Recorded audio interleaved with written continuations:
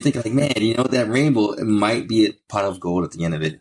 At the end of that chemtrail might be a toxic but suppression. But what's the point? Let's go there. There was no so it ends up that there is no point that you want to make. What would they spray on us that would do anything? So I guess they would spray like man, it's been so long since like Spanish fly or something. So we up the population or something. So some people say that it was like immune suppressors so that you can stay sick, so that way they can have more control over you, or that was like, dude, they got the Fed defeat or That's my argument. Dwindle down the population, but my thing is they're doing a terrible job. It's inefficient. It's inefficient. It's super inefficient, dude. All the conspiracies are so ridiculously inefficient. The things like that are real conspiracy are actually like so blatant that you're like, that's not a conspiracy, but it's like, no, that's a real conspiracy right there. I mean, look at in the Philippines, Duarte's fucking death squads that go out there and kill. Yeah, that's legit, but it's not a conspiracy because you could see it, right? Exactly, but somebody had to conspire to tell somebody else, like, hey, you're gonna get together and you're gonna murder a bunch of people. God, and you're that guy, what is that? But he's doing it, right, and he's doing it covertly, obviously, because we don't have the names or the numbers. I mean, obviously, if somebody's doing the digging, they would do that. But then he's suppressing the digging. Do you remember the Arab Spring? Right? Yeah. In Egypt, Mubarak, he had these cats coming out on horses with frickin' whips, dude. These huge bull whips. To like break up protests. Like the police were like ordered to don't go downtown right now. And then these dudes on horses with freaking bullwhips would go down and just whip the hell out of people, dude. So I think again, like a militia kind of thing. Kind of like Trump's guys at the Michigan State House, Yeah, exactly. So that's what I'm saying is like, I think people, they just don't want to believe like, hey, guess what? You can kind of get this thing on, and we don't know if it's going to affect you or if it's not going to affect you. We don't really have all the answers here. And because of that, it's kind of scary. And people don't want to live in fear that way. It's just... Oh, but the mask. Yeah. So the mask has turned into a right or left thing. Like, how stupid is that, dude? It is. But see, I mean, that's the thing about media and everything else is that it's easy to draw a line. Media is basically drawing a line each time that they do a segment. And the people that are drawing the lines, they don't really care what your interest is. They just care about your views, right? Clicks, man. Impressions, cost per, 30-second spot. I mean, even look at the policies that we have here in California, Like some of the things were like, I thought they were pretty brave. And I was like, hey, this is a smart way of dealing with it right now. But then I was saying, wait, hey, you guys didn't think about providing for poor people or providing for people that are the kids that can't go to school and can't get meals. Right. So it's easy to say, hey, stay at home. Okay, you can stay at home. Stay at home. Are you going to go check on all of these kids? Don't you think you should think about that before you actually roll that out there? Right. Well, the other thing, which looks like the big problem was like nursing homes. They're telling these people, but not giving them any resources or anything else. Yeah, these poor old people. Dude, the thing that was crazy about the Taiwan, you sent me that Taiwan piece about how Taiwan was dealing with the whole COVID thing. And my son just totally threw me off, man. Oh, is that they had a whole pandemic basic mission control that was under a big blanket. And when the pandemic hit, like they just pulled the blanket, just unlocked the door and everybody were running. Yeah. And everybody went to their position and they were just like, okay, Mm-hmm. See, I think so. I mean, they basically had a mission control for a pandemic, waiting, unused, and an ability for interagencies to actually contribute to each other with data. Yeah, I mean, they were set, so they just flipped the switch. Okay, so so Taiwan, their agency, ready to go, man. Yeah, I mean, to think about that, just nobody was working there. No, it was literally like a mothballed. Crisis center that its only purpose is for a pandemic and nobody even goes in there until the pandemic hits. And then everything's ready to go. Taiwan. So then, so you have this agency that can go up at any moment. Nobody's working in the positions. Like it's not like a shadow agency where people are working behind the scenes constantly. It's like, no, this is here. When things hit the fan, whatever your normal job off stops, and you jump into this position and you start rolling. Yeah, it's almost like a volunteer fire department. Exactly. But pandemic, you know. And you know what they did right away? They sent their scientists over to Wuhan when it first took off. Oh, dude, they have protocols for everything. Exactly. They actually have like an investigation. They're like, if somebody comes down with some weird illness that's untreatable, do this. Go to step 2. Remember Outbreak? Yeah. Oh, I love that movie. Remember Dennis Hoffman? Like his whole role was like to show up to these hot zones and see what's actually going down. And assess it. Yeah. The military, but he was the military. Yeah. Like the CDC, supposedly his wife, Renee Russo. Mm-hmm. Oh, that's right. Yeah, that's right. She was. He goes, CDC. Oh, you got my same job. But that's right. Dude, the CDC is just everything's such a mess right now. Well, I think that's why I don't want to go outside sometimes. You know, sometimes I'm like, fuck it. Other times I'm like, dude, nobody. I mean, these career professionals, right, who aren't Republicans or Democrats or anything else, they're just doing their job, man. And the politics, it seems like, and I get in arguments with people, it seems just like the politics have infected everything way more than it used to be in the past. You know what I mean? Like the science guy, the doctor guy, they'd be like, all right, we all agree we're politicians, right? But we're going to listen to the doctor guy because he knows what he's talking about. Yeah. You know?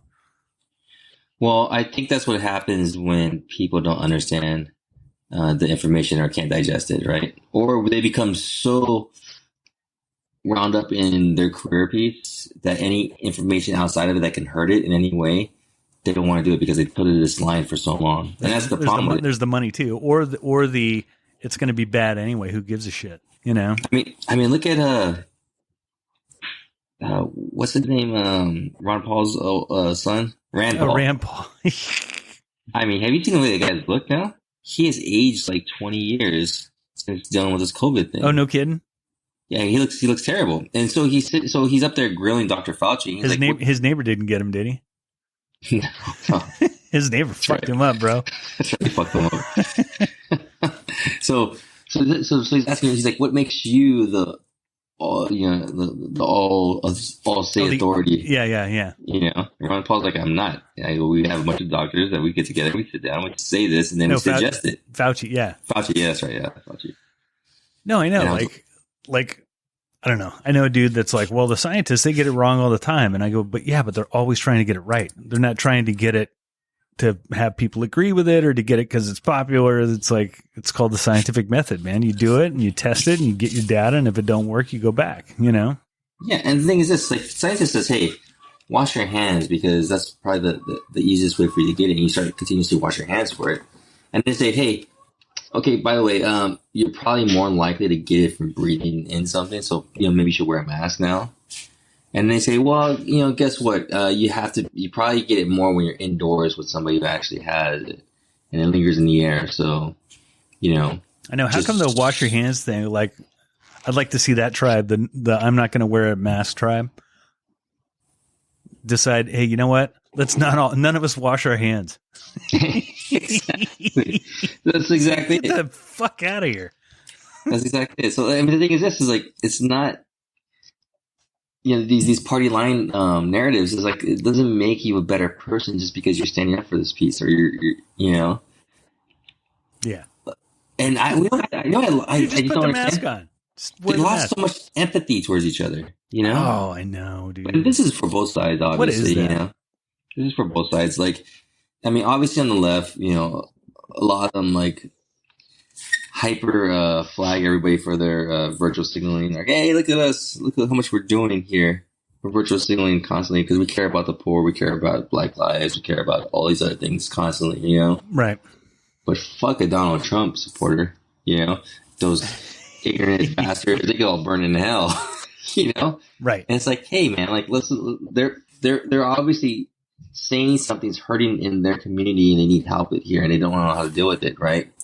But because you guys keep winning, like, trans bathrooms, which is great, I understand that policy piece for it. Like, everybody should feel included somehow, even though it's like a small percentage of people who are actually trans. I mean, right. When you they figured that one out after a little while. They did. We're just unisex bathrooms. Exactly. Yeah. Which in the COVID age is kind of nice. Yeah. I don't want to be It rolling up in the trough with 20 other dudes. Exactly. But that's the problem. So that you have both sides hating on each other so much and like just toting their side and trying to do things that both the sides have lost empathy. You know, like the right is obviously has like lost any empathy for anybody who's less fortunate. Let's just be honest with that, because they don't want to associate themselves with the less fortunate. You know. Oh, is that because you're not successful if you associate with the less fortunate? I mean, I think so. like I describe that as like, why do people of, let's just say, good means, right? They're very well off. Mm-hmm. Why do they like resent homeless people, for God's sake? You know? Because homeless people should pull themselves up by their bootstraps and do what's necessary in order to be successful in life and have everything that we have here, because I did it, so they should be able to do it. But like, even if like, let's take the worst stereotype of a homeless person, right? Which is someone who just doesn't want to work, just wants to, you know, slack off, do drugs, can't cope or whatever. I mean, but then you're getting into the mental illness piece, which is really where it's at. But, where's that? Like, who gives a shit? You know, there are people that are suffering that are miserable, you know? Yeah. I mean, if you look at the homeless population, it's such a small number of people, and it's growing every year. And that's happening because obviously like social inequities, man. Like inequity, exactly. Well, that's like getting back to punishment, some punishment that's just not locking people up. Because, dude, you know, now you get me on a soapbox, but like if I get pulled over for a speeding ticket, my speeding ticket costs the same for speeding as it does for, you know, let's use Bill Gates as an example, or who's another super rich dude, man. Yeah. I mean, they get caught speeding. I don't give a shit. They're like $200 and a big deal, you know, or 400. Exactly. I'm going to drive in the carpool lane. I don't care, you know? Yeah. Somebody associate it this way. For Bill Gates to buy a Lamborghini is like when you go to the store to buy a Snickers bar. I mean, because dude, if I get hit for like $500, that hurts, you know? Exactly. And dude, if you're some cat that's loaded, there's no way that you care. You know, let's just say you're a baller, man. Draymond gets pulled over. He don't care about no speeding ticket. Yeah, exactly. I'm calling you out, Draymond. But I just don't understand, like, so how do we do something that is equitable, you know? Well, I think we really need to start saying the numbers like out loud, and like so people can understand. But the thing is, we're so bad at math in the United States. It's true, dude. You know, I do math for my friends all the time, like it's on the click of my head, and I think that's just the Asian part of me that's able to do that. But like Chris Rock said, if people knew just how rich people were, like they'd be marching in the streets.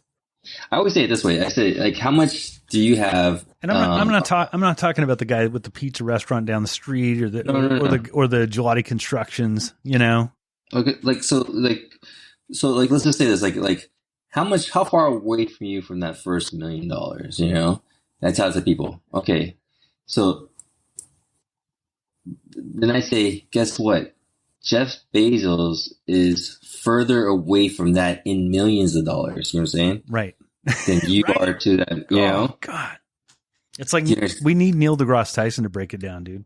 Yeah. It's like guess what? So if your dollars equal, one of your dollars equal Jeff Bezos' $1 million, he is further, he's further away from you than, yeah, it's just insane. He's still out there, dude.